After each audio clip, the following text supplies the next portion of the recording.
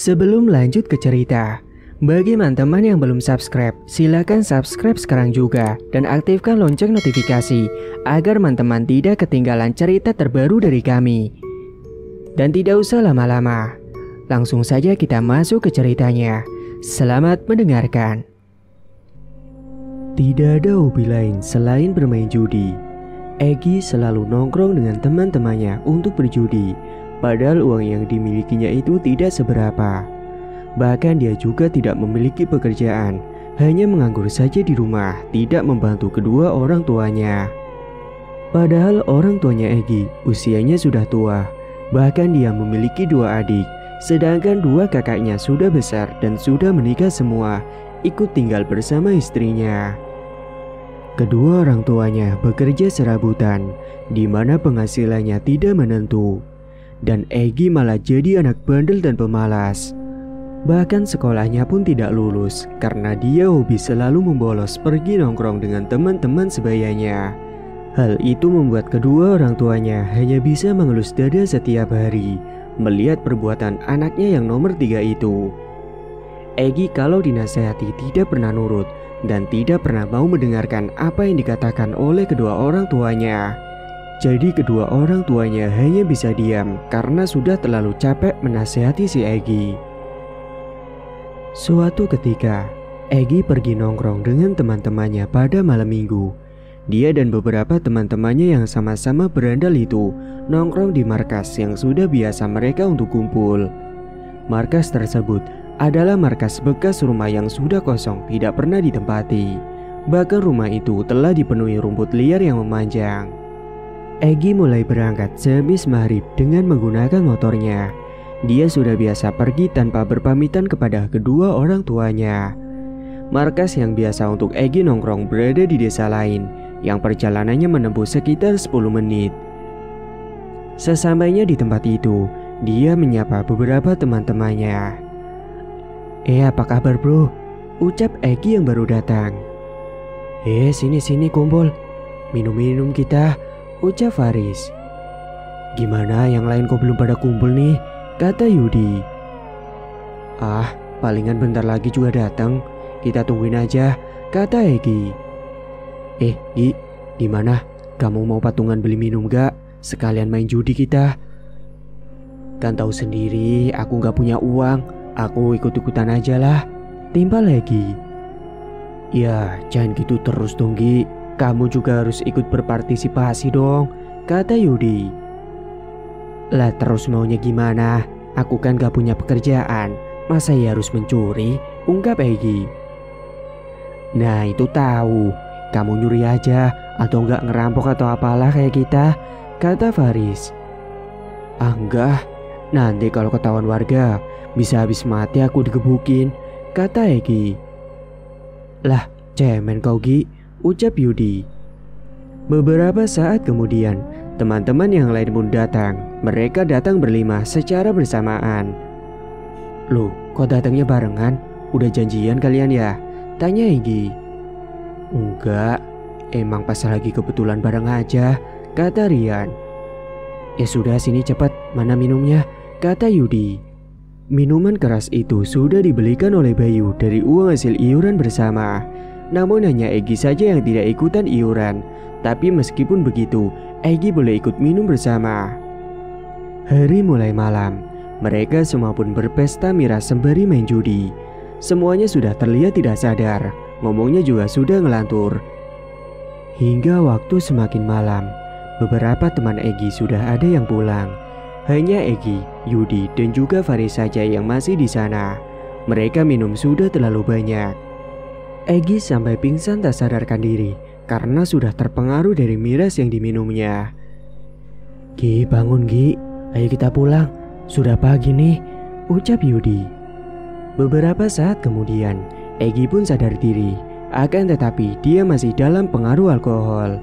Kepalanya masih terasa pusing. Dan saat berjalan pun dia sempoyongan. Ayo buruan kita pulang, sebelum ada yang menggerebek kita, ucap Faris.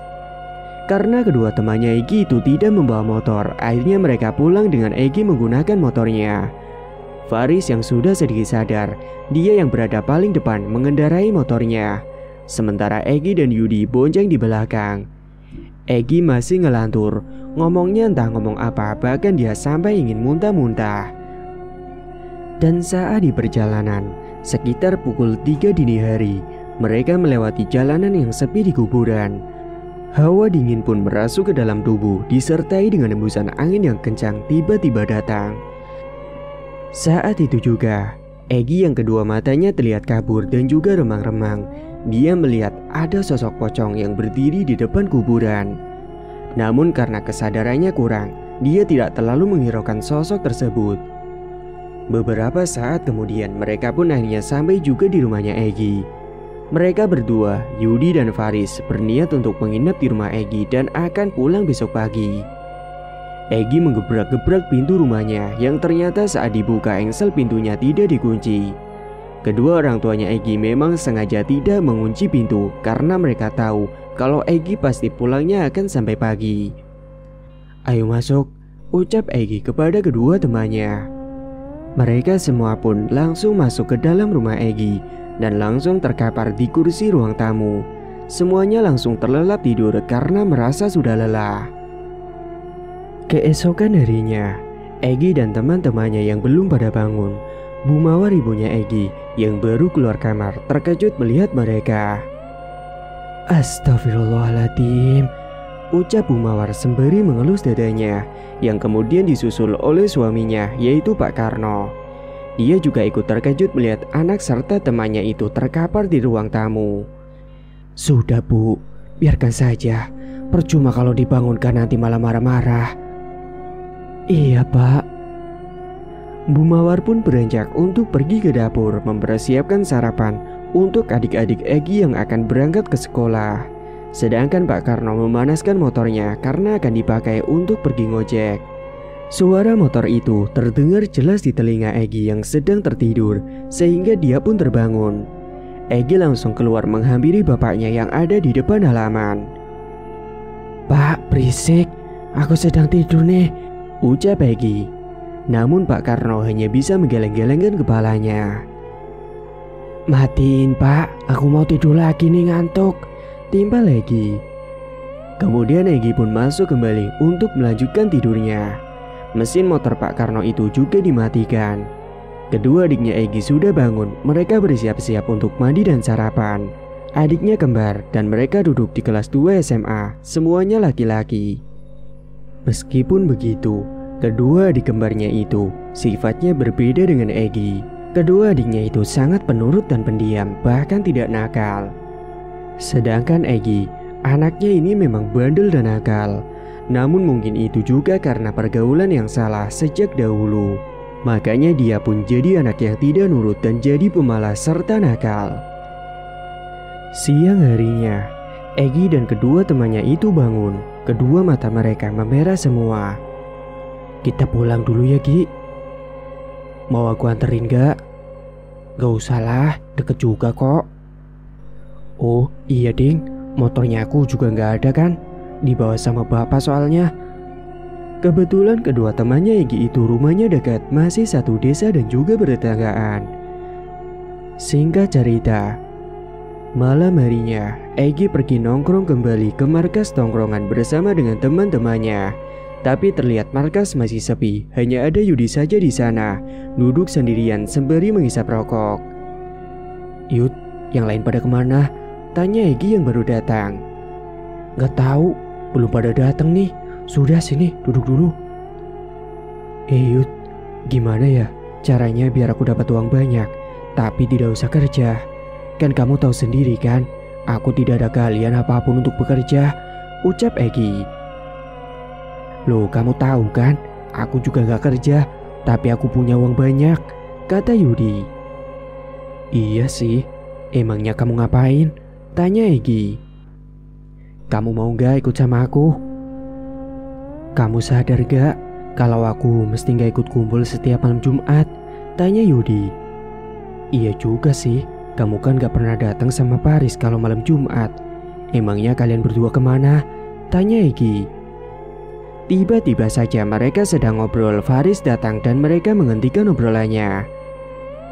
"Ada apa ini? Kok malah diem? Tadi kayaknya asik ngobrol," ucap Faris. "Sini Riz, duduk. Egi mau ikut kayak kita katanya," kata Yudi. Akhirnya mereka bertiga melanjutkan obrolannya dan menjadi semakin asik. "Beneran Ki? Kamu mau ikut kita berdua?" timbal Faris. "Ya gimana dulu, aku kan belum tahu kalian ngapain." "Kita berdua tuh setiap malam Jumat kadang mencuri, merampok dan juga kadang begal. Gimana, mau gak? Lumayan lo dapetnya," tawar Faris. "Tapi nanti kalau ketahuan gimana?" tanya Egi. "Udah tenang aja Ki, nanti kamu juga terbiasa kok. Nanti malam Jumat kamu ikut sama kita ya. Gak usah dulu datang nongkrong ke markas," timbal Faris. "Oke lah kalau gitu," jawab Egi. Mereka pun akhirnya sudah sepakat untuk nanti malam Jumat melakukan aksinya. Beberapa saat kemudian, teman-teman yang lain pun datang untuk melakukan pesta miras lagi. Semua yang ada di sana merupakan anak-anak yang nakal dan juga berandalan. Egi yang tanpa modal juga ikut dengan mereka bermain judi. Saat mereka sedang asik melakukan pesta miras dan bermain judi, tiba-tiba saja terdengar suara sirene mobil polisi yang datang menuju ke markas mereka. Dengan segera beberapa teman Egi sudah kabur, namun Egi saat itu sedang sangat tidak sadar. Hingga akhirnya Egi disadarkan oleh Yudi dan Faris. "Ki, ayo kabur cepat, itu polisi semakin dekat," ucap Yudi. Sontak Egi pun terbangun, namun jalannya sangat sempoyongan. Hingga akhirnya mereka bertiga segera beranjak pergi dengan menggunakan motor berboncengan bertiga. Yudi yang berada di depan mengendarai motornya melajukan motor itu dengan kecepatan yang tinggi untuk menghindar dari kejaran para polisi. Namun tiba-tiba saja motor yang dibawa mereka itu mogok di tengah jalan. Saat itu juga mereka turun langsung masuk ke dalam kuburan. Kebetulan motornya mogok di depan kuburan dan mereka berjalan dengan sempoyongan dan masuk ke dalam kuburan. Tanpa sadar, Egi duduk di bawah pohon besar yang ada di dalam kuburan. Dan tiba-tiba saja Egi serta kedua temannya itu mendengar ada suara wanita yang menangis. Saat mereka melihat ke atas pohon, ternyata ada sosok kuntilanak. Sosok itu menatap mereka bertiga dengan tajam. Kedua matanya berwarna putih dan wajahnya hancur. Seketika mereka langsung gemetaran tubuhnya. Bulu kudukun merinding ketakutan. Sial bener kita malam ini," ucap Faris. "Iya nih, udah dikejar polisi, dikejar hantu lagi," timpal Yudi. "Udah, ayo pergi aja," kata Egi. Setelah dirasa sudah aman, mereka pun segera bangkit untuk berjalan pulang. Singkat cerita, tibalah di malam Jumat. Egi, Yudi, dan Faris akan melakukan aksinya. Mereka akan membegal. Saat itu mereka berkumpul di markas terlebih dahulu sebelum teman yang lain pada datang. Kemudian mereka pergi ke tempat jalanan yang kanan kirinya adalah kebun yang sepi. Mereka akan mengintai mangsa di sana dan mereka berpencar serta membawa sajam sebagai ancaman kepada korban nantinya. Saat itu, Yudi dan Faris serta Egi sudah mengumpet di balik semak-semak kebun itu. Tiba-tiba ada sorot lampu motor terlihat dari jauh dan hanya ada satu pengendara yang lewat. "Lihat Ki, itu ada mangsa satu. Mumpung sepi, kita langsung hadang saja di depan. Kalau nanti dia memberontak, langsung acungkan saja sajam kita," jelas Yudi. Ketika pengendara motor itu semakin dekat, Egi pun langsung menghadang di tengah jalan. Seketika saat itu juga pengendara motor itu langsung menghentikan motornya. "Berhenti, serahkan motornya," ucap Egi. Jangan, tolong," teriak korban. "Gak usah teriak, kalau teriak mau kau aku bunuh," ancam Egi yang sembari mengeluarkan senjata tajam itu yang tak lain adalah pisau tajam. Sontak pengendara motor itu pun langsung terdiam dengan tubuh yang gemetaran dan keringat yang bercucuran. Karena sudah mendapatkan ancaman, mau tidak mau, dia pun hanya bisa terdiam.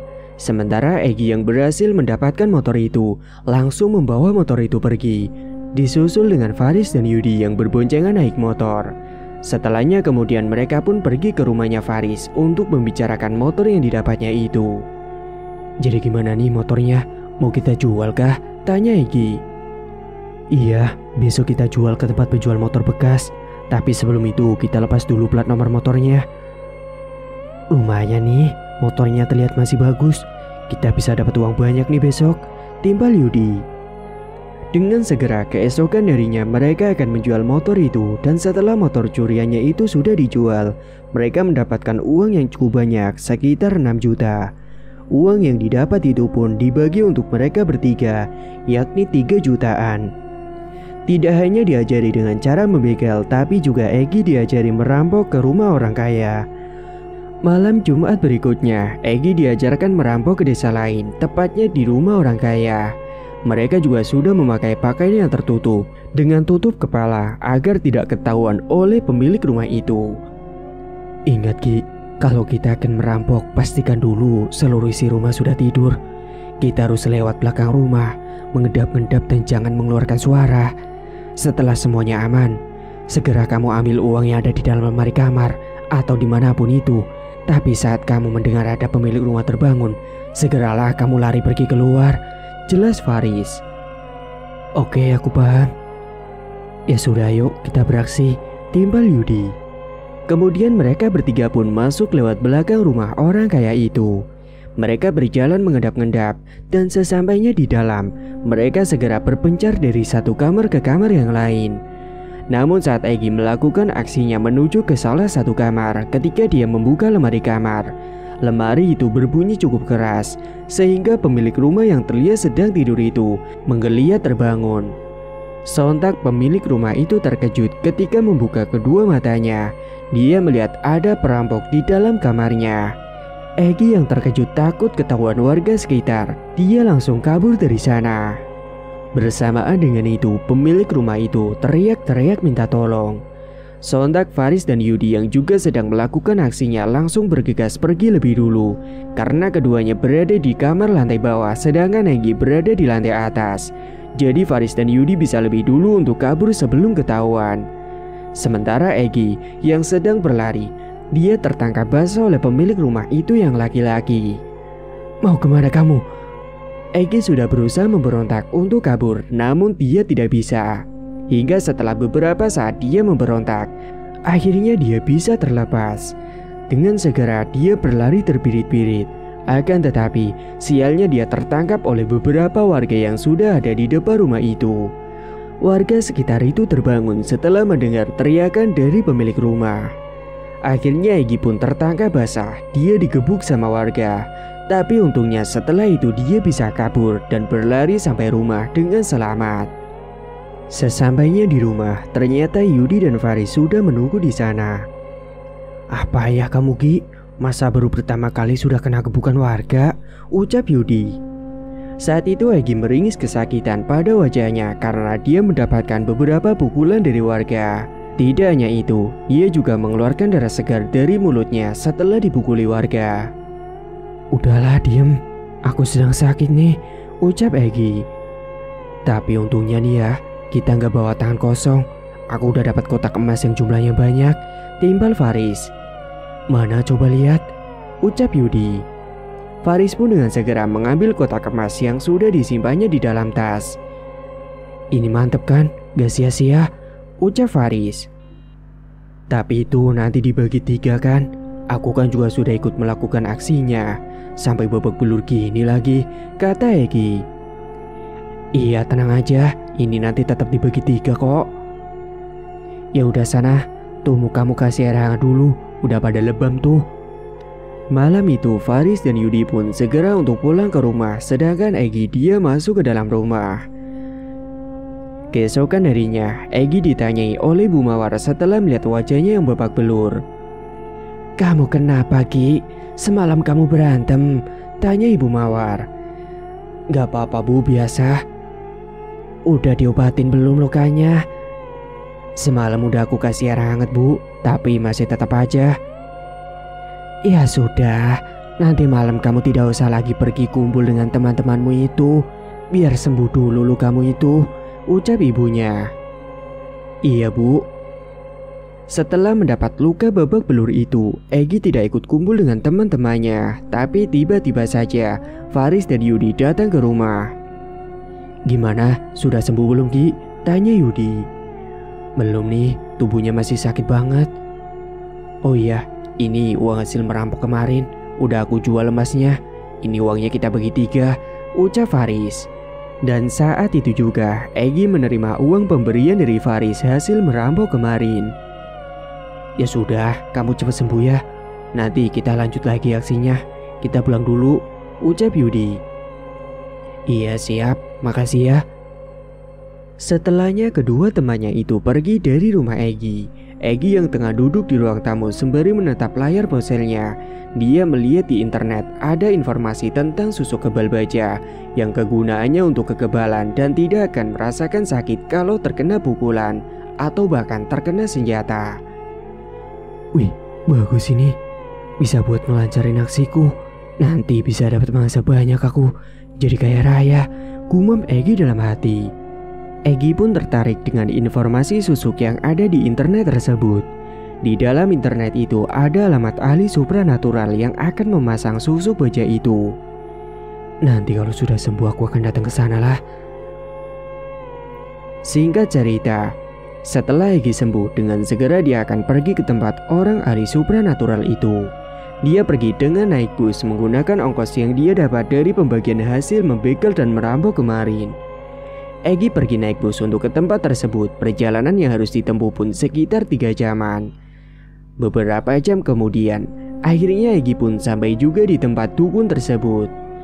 Namun dia harus berjalan terlebih dahulu melewati hutan. Dia berjalan kaki melewati jalan setapak sendirian menuju ke rumahnya Mbak Dodo yang ada di dalam hutan. Di tengah hutan, dia mendengar ada suara binatang yang saling bersahutan satu sama lain. Dia berjalan kaki menempuh waktu sekitar 20 menit. Dan beberapa saat kemudian, akhirnya Egi pun sampai juga di rumahnya Mbak Dodo. Sesampainya di depan halaman rumah Mbak Dodo, dia langsung menyambangi dan mengetuk pintunya. "Permisi." Pintu pun terbuka. Terlihat seorang laki-laki parubaya yang membukakan pintu itu dan keluar menemui Egi. "Ada apa kamu datang ke sini?" "Saya mau pasang susuk, Mbah." "Kalau begitu, ayo masuk dulu." Saat itu, Egi pun segera masuk ke dalam rumah. "Ceritakan apa yang kamu mau." "Saya mau pasang susuk baja untuk kekebalan, Mbah, supaya saya tidak merasakan sakit saat dipukul ataupun bisa kebal dengan senjata," ucap Egi. "Jika kamu memasang susuk, ada banyak syarat yang harus kamu penuhi terlebih dahulu, serta kamu juga harus melakukan beberapa ritual," kata Mbak Dodo. "Iya Mbah, saya siap. Apapun akan saya lakukan." "Syarat yang pertama, kamu harus melakukan puasa muti selama 7 hari. Kemudian dilanjut dengan puasa ngebleng sehari semalam. Dan itu dimulai dari hari Kamis Wage." "Baik Mbah, aku akan melakukan itu." "Besok kamu sudah bisa melakukan puasa muti karena kebetulan besok adalah hari Kamis Wage." Akhirnya Egi pun memutuskan untuk menginap di rumahnya Mbak Dodo sambil menjalankan ritualnya. Sore itu, Egi mandi keramas untuk besoknya melakukan puasa muti. Keesokan harinya, Egi pun mulai puasa muti. Mbak Dodo juga menyiapkan semua bahan susuk baja yang berupa gotri untuk nantinya akan dipasangkan ke dalam tubuhnya Egi. Beberapa hari kemudian, akhirnya Egi pun sudah selesai melakukan puasa muti. Hingga akhirnya dia melanjutkan dengan puasa ngebleng. Sebelum melakukan ritual di dalam goa, Mbak Dodo akan memandikan tubuh Egi terlebih dahulu dengan menggunakan air kembang 7 rupa. Mbak Dodo pun mengguyur air kembang 7 rupa itu perlahan-lahan ke tubuh Egi.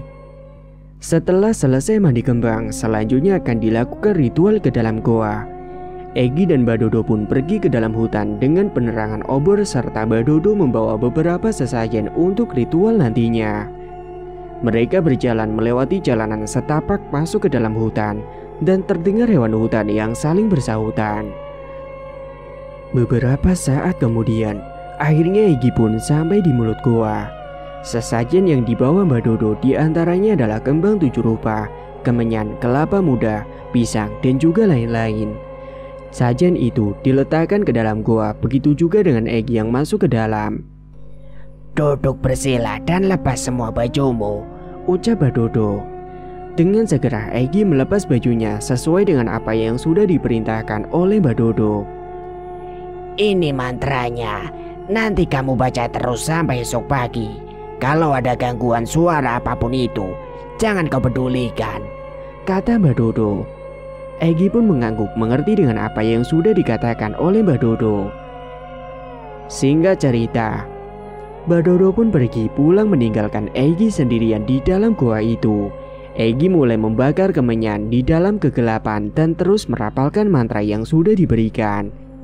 Beberapa saat kemudian, saat dia sedang merapalkan mantranya, tiba-tiba saja hembusan angin kencang masuk ke dalam goa, membuat Egi tambah merinding ketakutan. Terdengar suara harimau mengaum di belakang tubuh Egi. Dia gemetaran, bulu kuduk berdiri semua.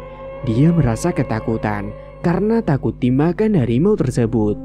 Tapi dia teringat dengan ucapan Mbak Dodo untuk tetap fokus membacakan mantranya dan mengabaikan gangguan yang akan mengganggunya. Dan beberapa saat kemudian, suara harimau itu pun sudah menghilang, yang diganti dengan suara wanita-wanita cekikikan yang entah dari mana asalnya. Egi semakin gemetaran ketakutan mendengar suara itu, tapi dia tetap melanjutkan membaca mantranya. Setelah suara sosok itu menghilang, Egi dikejutkan kembali dengan suara sosok yang tinggi besar yang ada di hadapannya. Kedua matanya merah menyala, serta tubuhnya dipenuhi dengan bulu.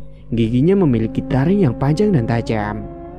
Dia malah gemetaran ketika mendengar suara sosok genderuwo itu yang sangat berat sekali. Hembusan angin kencang pun masuk ke dalam goa, membuat bulu kuduknya semakin merinding ketakutan. Keesokan harinya, Egi pun sudah selesai melakukan ritualnya dan dia segera kembali ke rumahnya Mbak Dodo. Dia berjalan di tengah hutan sendirian melewati jalan setapak. Beberapa saat kemudian, akhirnya dia pun sampai di rumahnya Mbak Dodo. Di sana Mbak Dodo sudah menyiapkan makanan untuk Egi yang sudah sehari semalam tidak makan dan minum. Wajahnya terlihat sangat pucat dan terasa lemas sekali tubuhnya. Dengan lahap, Egi pun langsung menyantap habis makanan yang sudah disediakan oleh Mbak Dodo. Singkat cerita, malam harinya, Mbak Dodo akan melakukan ritual untuk memasukkan kodam ke dalam susuk baja atau gotri. Egi juga ikut masuk ke dalam ruangan ritual. Mbak Dodo sudah menyiapkan beberapa sesajen di dalam ruangan itu. Gotri baja itu kemudian dimasukkan ke dalam mangkuk. Kemenyan sudah mulai dibakar oleh Mbak Dodo. Asapnya mengepul di dalam ruangan itu. Kemudian Mbak Dodo membacakan mantra untuk memasukkan kodam ke dalam gotri tersebut. "Besi tawar lemah ke badanku, besi baja lemah ke badanku. Badanku ragawa tulang besi, teguh kuku kuat lihat badanku." Kira-kira begitulah ucapan Mbak Dukun. Tiba-tiba saat Mbak Dodo sedang membacakan mantranya, hembusan angin kencang masuk ke dalam ruangan itu, membuat suasana malam semakin mencekam. Bulu kuduk Egi merinding berdiri semua ketika dia mencium aroma bau bangkai serta bau anyir yang menyeruak masuk ke dalam hidung. Beberapa saat kemudian, Mbak Dodo pun selesai merapalkan mantranya. Kemudian gotri baja itu diberikan kepada Egi untuk perlahan-lahan dia telan. Namun sebelumnya, Egi diperintahkan Mbak Dodo untuk membacakan mantra terlebih dahulu. Kemudian satu persatu 3 butir gotri yang ada di dalam mangkuk itu perlahan-lahan Egi telan. Setelah semuanya selesai ditelan, Mbak Dodo memberikan wejangan kepada Egi. "Kamu harus ingat pantangan ini. Kalau tidak, susuk yang ada di dalam tubuhmu itu perlahan akan melebur dan kamu akan terluka kembali jika dipukuli." "Apa pantangannya, Mbah?" "Kamu tidak boleh makan pisang emas, tidak boleh makan sate, dan tidak boleh berjalan di bawah jemuran," ucap Mbak Dodo. "Baik, Mbah, aku akan ingat pantangan itu." Setelah selesai, Egi pun berpamitan untuk pulang. Dia pulang dengan naik bus seperti pada saat dia berangkat. Singkat cerita, Sesampainya di rumah, Egi ditanyai oleh Yudi dan Faris karena sudah lama tidak kelihatan. "Dari mana saja kamu, Gi? Sudah seminggu lebih gak kelihatan," tanya Yudi. "Ada urusan sama saudara yang ada di kota," jawab Egi berbohong. "Halah, gayamu, Gi." Gimana? Nanti malam kita beraksi lagi kan?" tanya Egi tiba-tiba. Dia sudah tidak sabar untuk membuktikan keampuhan dari susuk baja yang dipasang di tubuhnya. "Alah, nanti kamu babak belur lagi kayak kemarin." "Aku jamin kali ini gak bakalan babak belur. Aku kan sudah tahu strateginya, belajar dari kalian." "Oke deh, kalau begitu nanti malam kita merampok lagi ya. Aku sudah ada rumah target," ucap Yudi. "Di mana, Yud?" tanya Faris. "Itu loh, rumahnya juragan yang ada di desa sebelah." "Wah, ide bagus itu, Yud. Kita kan belum pernah ke sana." Malam harinya, Faris, Yudi, dan Egi berkumpul di markas untuk segera meluncur ke tempat yang sudah ditentukan. Sebelum melakukan aksinya, mereka membagi tugas dan strategi yang harus dilakukan nantinya. Setelah semuanya sudah siap, mereka segera berangkat ke lokasi. Sekitar pukul 2 malam, mereka langsung berjalan mengendap-endap masuk lewat rumah belakang yang kebetulan gerbong belakang rumah itu tidak dikunci. Jadi mereka leluasa bisa masuk dari sana. Sesampainya di dalam rumah, mereka berpencar satu sama lain ke kamar yang beda-beda. Saat itu Egi berjalan mengendap dan membuka lemari dengan sangat perlahan. Dia takut ketahuan seperti waktu itu, jadi sekarang dia lebih berhati-hati. Malam itu mereka berhasil melakukan aksinya dan mendapat barang yang banyak sekali. Mereka mendapat emas, uang bertumpuk. Kemudian mereka pulang ke rumahnya Yudi untuk istirahat. Tapi malam itu mereka tidak bisa tidur entah kenapa. "Gimana? Aku sudah ahli kan?" tanya Egi. "Iya Deki, kamu hebat," jawab Yudi. Namun beberapa saat kemudian Faris dan Yudi tidur lebih dulu. Berbeda dengan Egi, dia merasa di dalam tubuhnya itu seperti ada yang berjalan-jalan sendiri, tapi dia tidak tahu apa itu. Di dalam rumah Yudi, Egi juga melihat ada bayangan hitam yang perlahan berubah menjadi sosok menyeramkan dengan wajah yang hancur dan gosong, dengan kedua mata yang melotot menatap tajam ke arah Egi. Ya, itu adalah sosok pocong yang baunya sangat busuk sekali, membuat Egi gemetaran. Dia pun akhirnya pingsan hingga pagi hari. Karena Egi merasa lebih hebat, akhirnya dia melakukan aksinya sendiri, merampok ke rumah-rumah orang kaya tanpa Faris dan Yudi. Karena dia ingin mendapatkan hasil yang lebih banyak dari teman-temannya.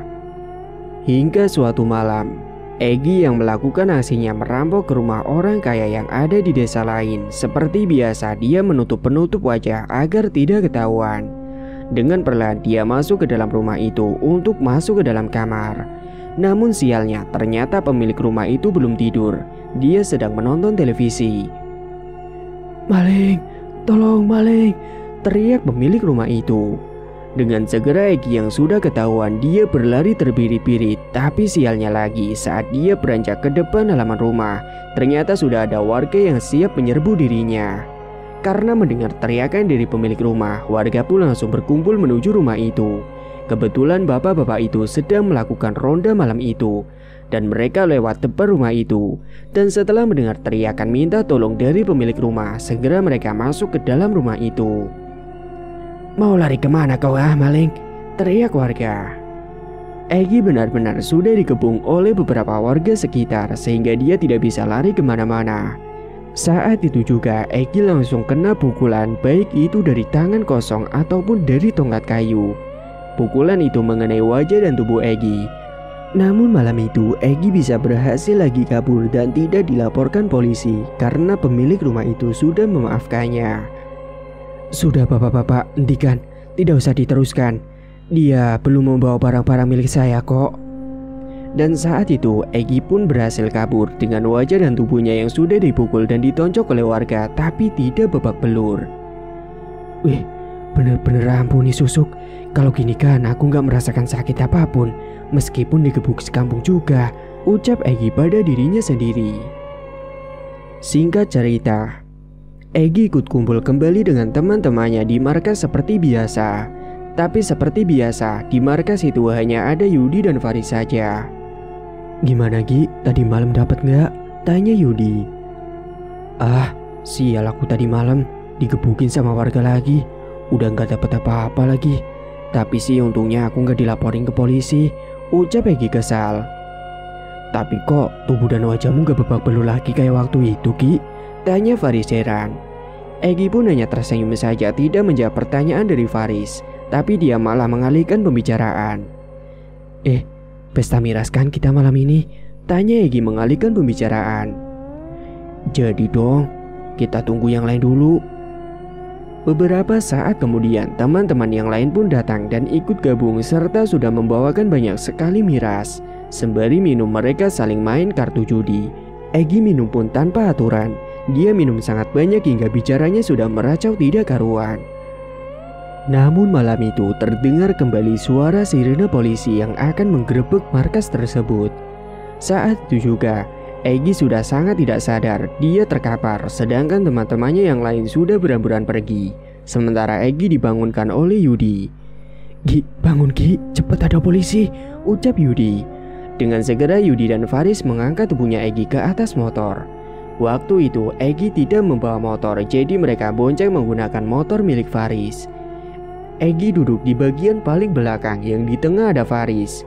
Polisi itu sudah mendekat dan dari kejauhan polisi menembakkan senjata ke arah tubuh Egi.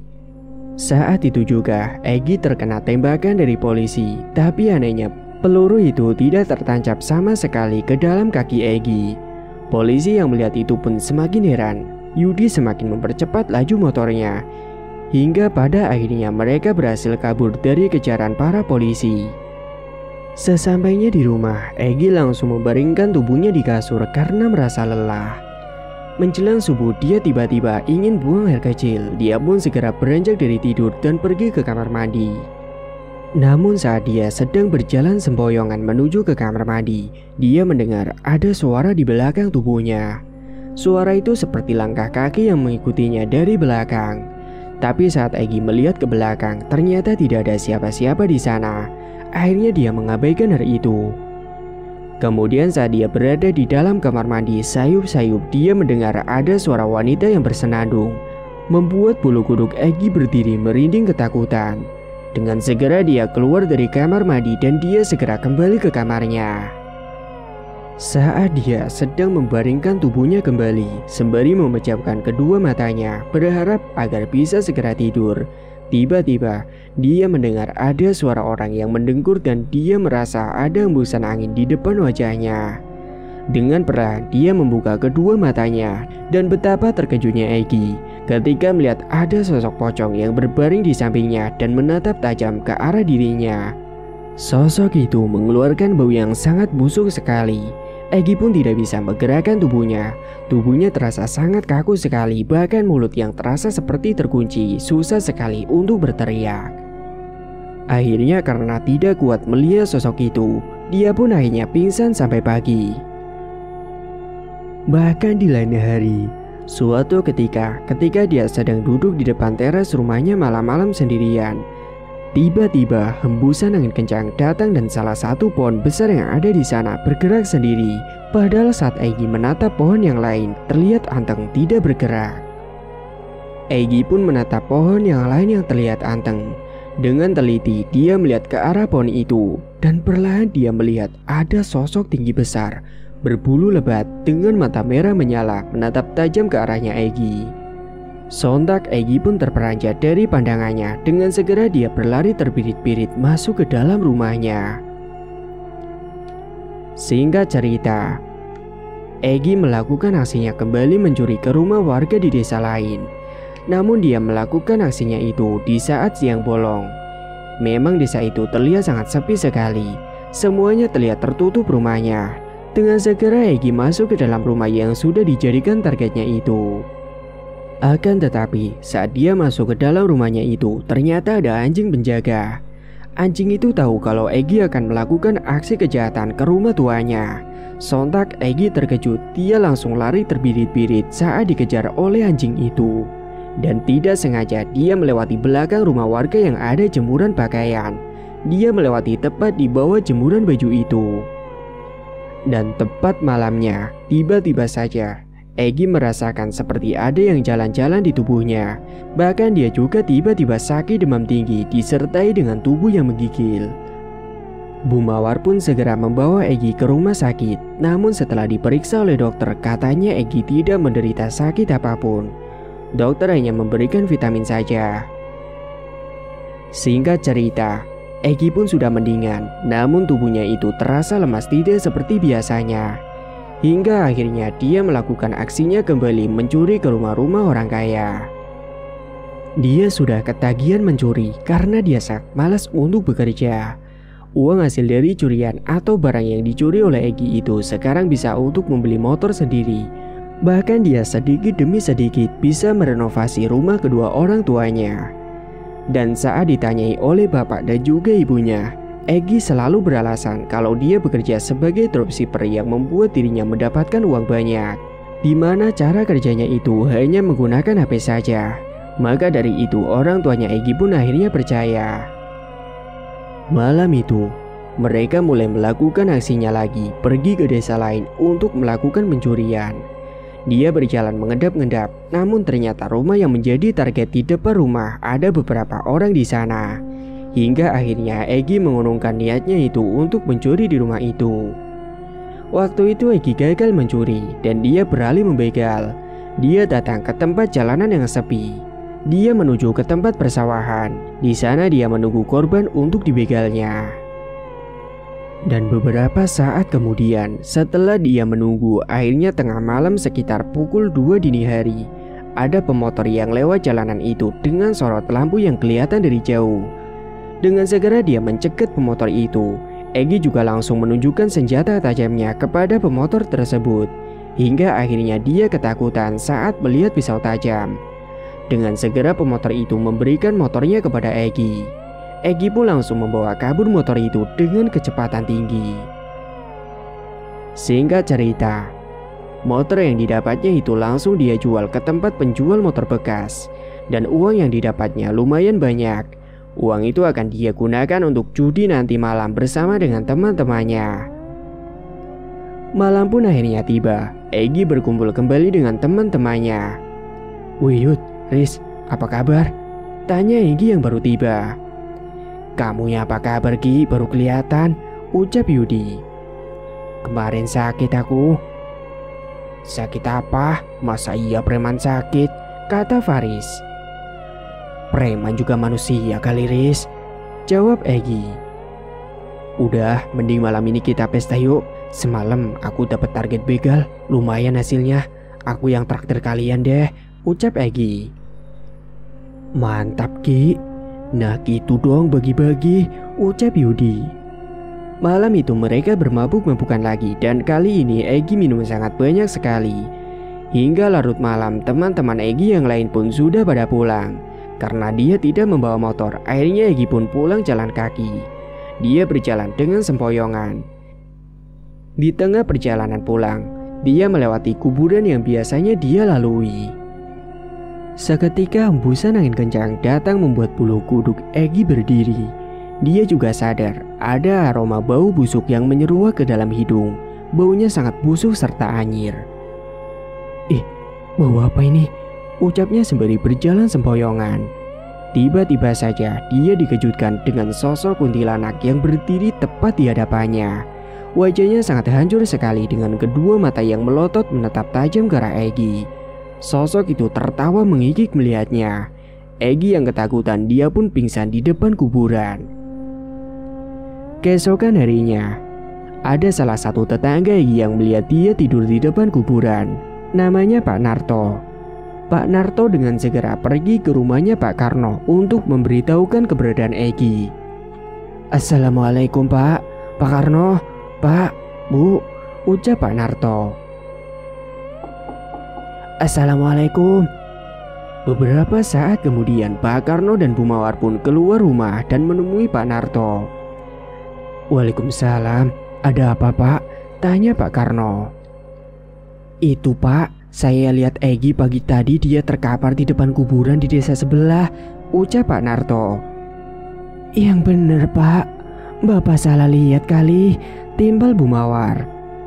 Beneran Bu, saya yakin itu Egi. Ya udah yuk kita langsung saja ke sana, kata Pak Narto. Dengan segera kedua orang tuanya Egi dan juga Pak Narto beranjak pergi ke kuburan desa sebelah. Dan sesampainya di kuburan, ternyata benar, itu adalah Egi, anaknya Pak Karno dan Bu Mawar. Kemudian dengan segera Egi dibawa pulang ke rumah kedua orang tuanya Egi. Di rumah Egi dibaringkan di atas kasur dan ibunya mencoba menyadarkan Egi. Dan sekitar 15 menit, akhirnya Egi pun bangun dari pingsannya itu.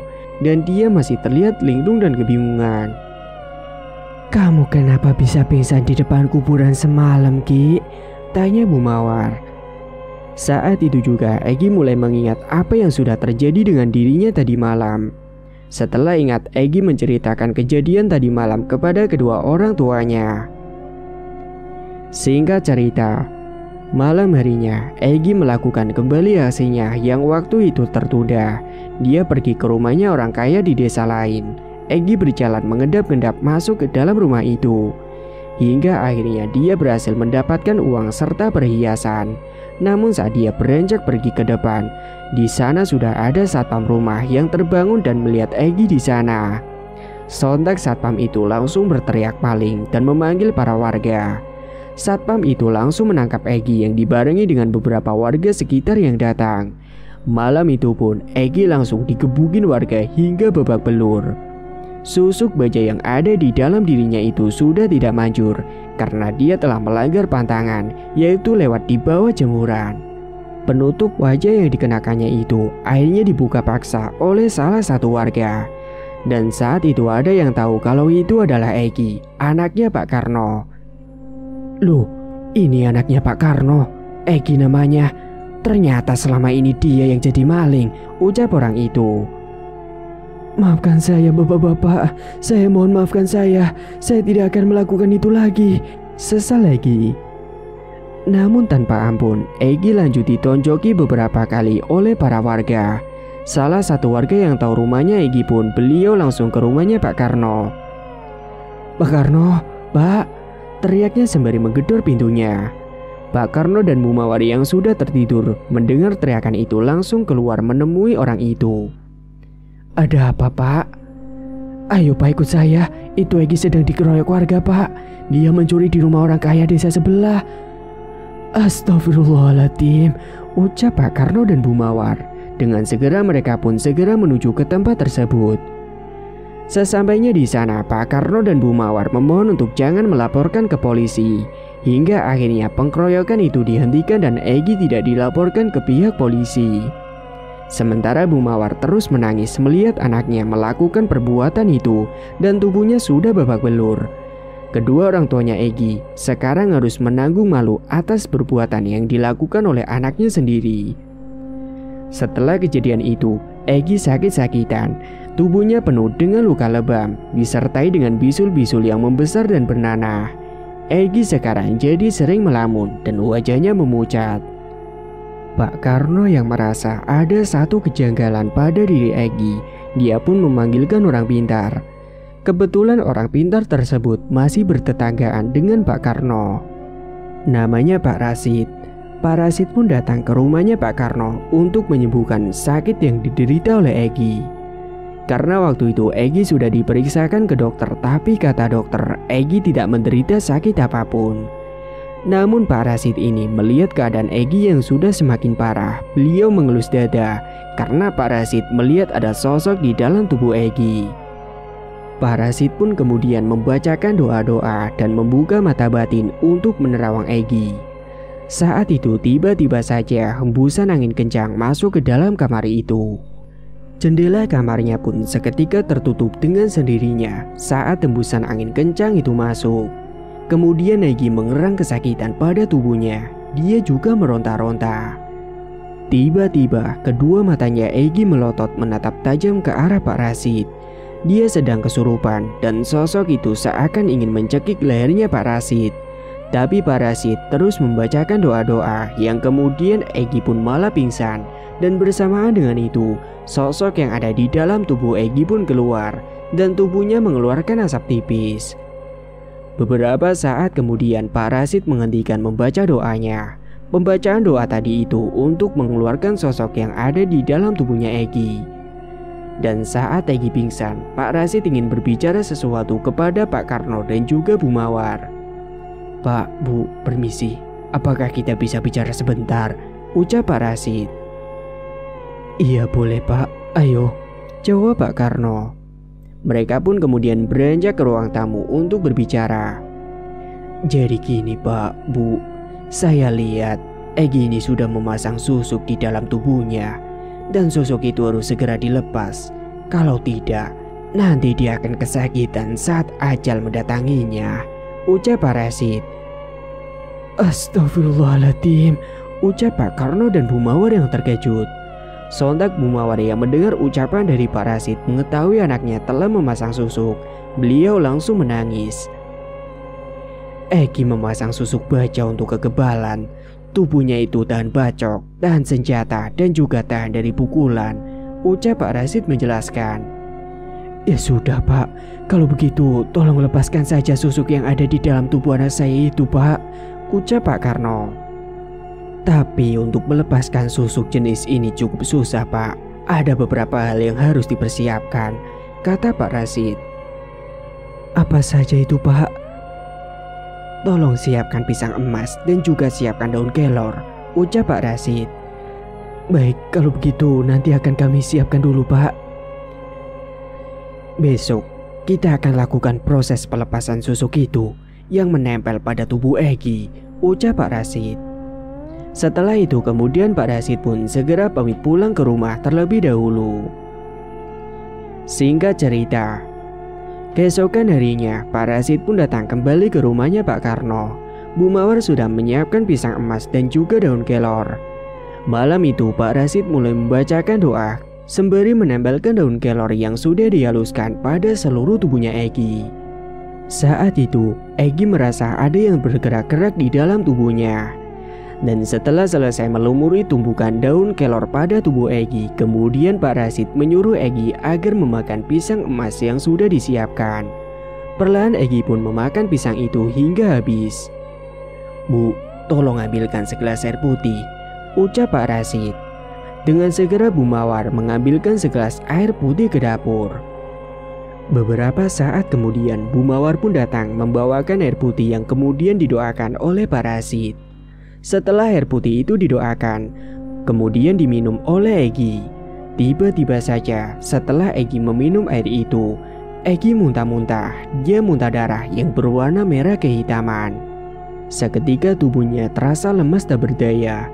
Egy pun diperintahkan Pak Rashid untuk berbaring. Kemudian Pak Rashid mengatakan kepada Egy untuk nanti malam pukul 1 dia harus berendam di dalam air sungai. "Nanti malam kamu harus berendam di air sungai untuk melepaskan susuk yang ada dalam tubuhmu itu," ucap Pak Rashid.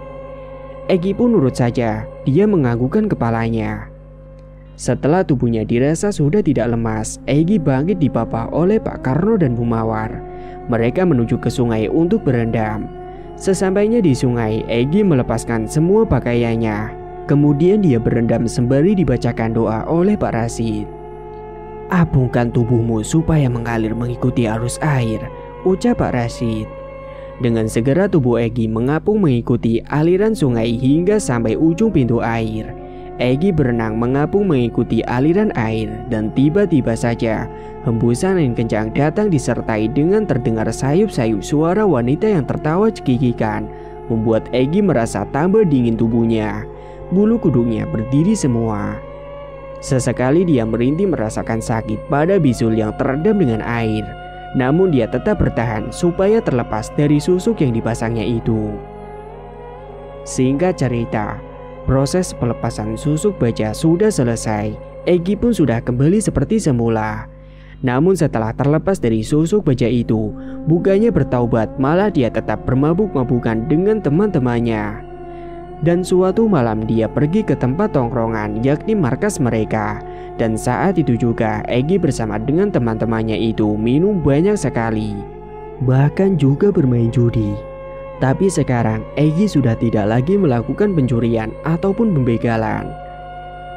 Dan malam itu tiba-tiba ada pihak kepolisian yang datang, dan saat itu Egy yang berusaha menghindar dari kejaran polisi. Egy tak sengaja terkena tembakan peluru yang nyasar pada punggungnya, dan saat itu juga Egy segera dilarikan ke rumah sakit. Namun sayangnya Egy sudah tidak dapat tertolong hingga akhirnya dia meninggal dunia. Tentu saja polisi tidak mengincar punggung Egy, namun karena Egy sedang berlari, peluru itu nyasar ke arah punggungnya. Semoga kita selalu dalam lindungan Allah Ta'ala. Pertebal iman kita, dekatkan diri kita kepada Allah Ta'ala. Jangan sampai kita terjerumus untuk melakukan hal buruk yang telah dilakukan oleh Egy karena tergiur untuk kecantikan atau kekebalan ataupun semacamnya. Itu hanyalah sementara. Karena susuk yang dicampur dengan ilmu hitam akan berakhir menderita bagi para pemakainya. Dan sebisa mungkin janganlah sampai kita terjerumus oleh ajakan teman yang sesat. Bekerjalah dan cari rezeki dengan cara yang halal, bukan dengan cara mencuri ataupun cara yang haram. Tamat. Cerita pun selesai. Terima kasih bagi teman-teman yang sudah menyimak cerita hingga akhir. Dan bagi yang belum bergabung, silakan tekan tombol subscribe sekarang juga dan aktifkan lonceng notifikasi agar tidak ketinggalan info updatean terbaru dari kami. Sekian dulu dari Mang Ripan, terima kasih sudah menyimak. Wassalamualaikum warahmatullahi wabarakatuh.